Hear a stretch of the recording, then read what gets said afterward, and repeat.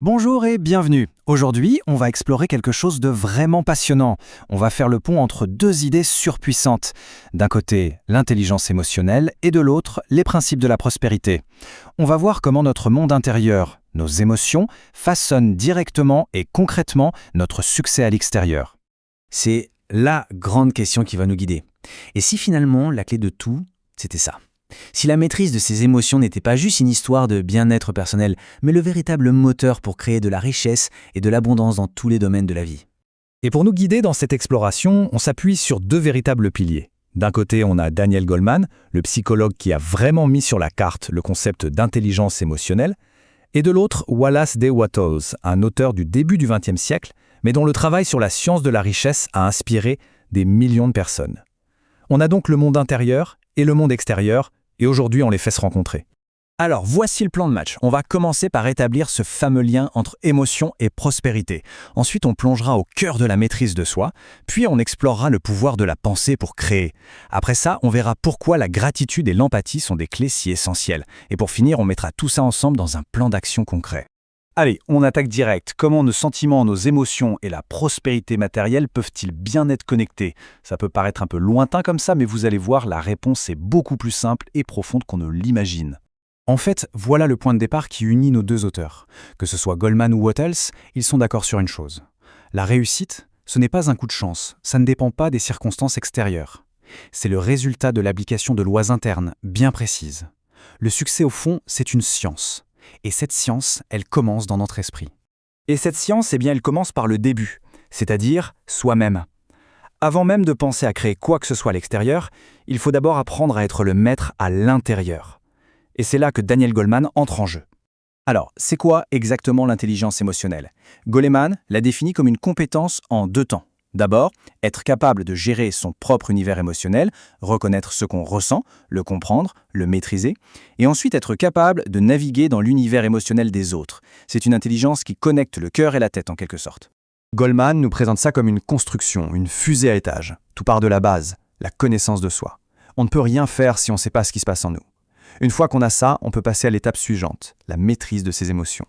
Cette maîtrise, elle nous donne le carburant pour l'automotivation. Et c'est seulement après avoir fait ce travail sur soi qu'on peut vraiment s'ouvrir aux autres, développer l'empathie et bien gérer ses relations. Ok, maintenant qu'on a les outils pour gérer notre monde intérieur, la question c'est comment on s'en sert pour influencer le monde extérieur. C'est là qu'on bascule dans l'univers de Wallace D. Wattles et sa science pour agir et obtenir des résultats. Alors Wattles introduit un concept super puissant. Il l'appelle la substance originelle. Il faut l'imaginer comme une sorte de champ d'énergie intelligent qui compose tout ce qui existe. Et selon lui, si on arrive à imprimer une pensée claire, une image mentale nette dans cette substance, eh bien, elle se met en forme et se manifeste dans le monde matériel. L'idée de base, c'est que la pensée n'est pas passive, c'est une force qui crée. Et ça nous amène à une distinction qui est juste capitale. D'un côté, l'esprit compétitif. C'est celui qui voit le monde comme un gâteau avec un nombre de parts limité. Pour que je gagne, il faut que quelqu'un d'autre perde. De l'autre côté, l'esprit créatif. Lui, il ne voit pas un gâteau limité. Il voit une source illimitée. Il ne cherche pas à prendre la part de quelqu'un, il cherche à créer un nouveau gâteau. Donc, le message est très clair, ce changement de perspective, ce switch mental, c'est la condition numéro 1, c'est non négociable. Tant qu'on fonctionne à partir de la peur du manque en mode compétitif, on se coupe de cette force créatrice. Il faut d'abord croire sincèrement en l'abondance pour pouvoir commencer à la créer. C'est ici que nos deux mondes, celui de Goleman et celui de Wattles, se rejoignent de façon spectaculaire. Comment on fait concrètement pour passer à cet esprit créatif? La réponse se trouve dans deux émotions clés, la gratitude qui nous branche sur la source et l'empathie qui nous connecte aux autres. Wattles est vraiment très insistant là-dessus. Pour lui, la gratitude, ce n'est pas juste une question de politesse. C'est un outil, presque un amplificateur. C'est le canal qui maintient notre connexion à la substance originelle bien ouverte et qui fait que les choses arrivent plus vite et plus facilement. Wattles va même jusqu'à décrire ça comme une loi quasi physique, un peu comme la loi de l'action-réaction de Newton. Chaque pensée de gratitude qu'on envoie dans l'univers est une action qui entraîne une réaction équivalente. Autrement dit, plus on est reconnaissant pour ce qu'on a déjà, plus l'univers nous en donne.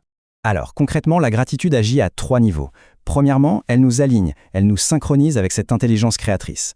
Deuxièmement, elle court-circuite complètement la mentalité de manque, parce qu'elle nous oblige à nous concentrer sur ce qui est déjà là.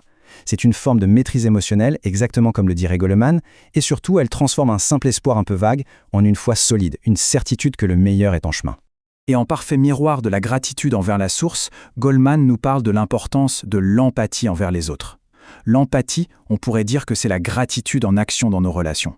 C'est en comprenant vraiment ce que les autres ressentent, leurs besoins, leurs désirs, qu'on peut créer de la valeur pour eux.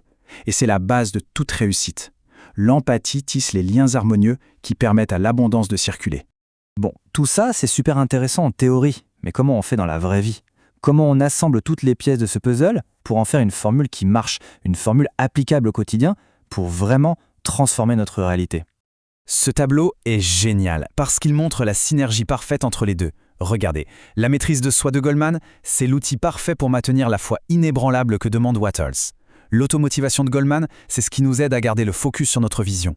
Et l'empathie, la connexion aux autres, c'est le pendant humain et social de la gratitude, la connexion à la source. C'est la fusion parfaite de la psychologie et d'un plan d'action. Donc, si on devait résumer tout ça en une recette simple en 3 grandes étapes, ce serait ça.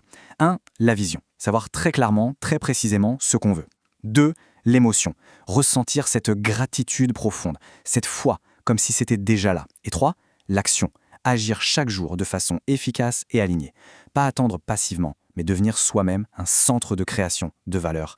Allez, pour résumer, si on devait retenir que les actions clés, la to-do list mentale, ce serait ça. Cultiver la conscience de soi, c'est la base. Faire le switch vers un esprit créatif. Intégrer la gratitude comme une pratique de tous les jours. Protéger sa vision du doute. Et enfin, agir chaque jour avec efficacité.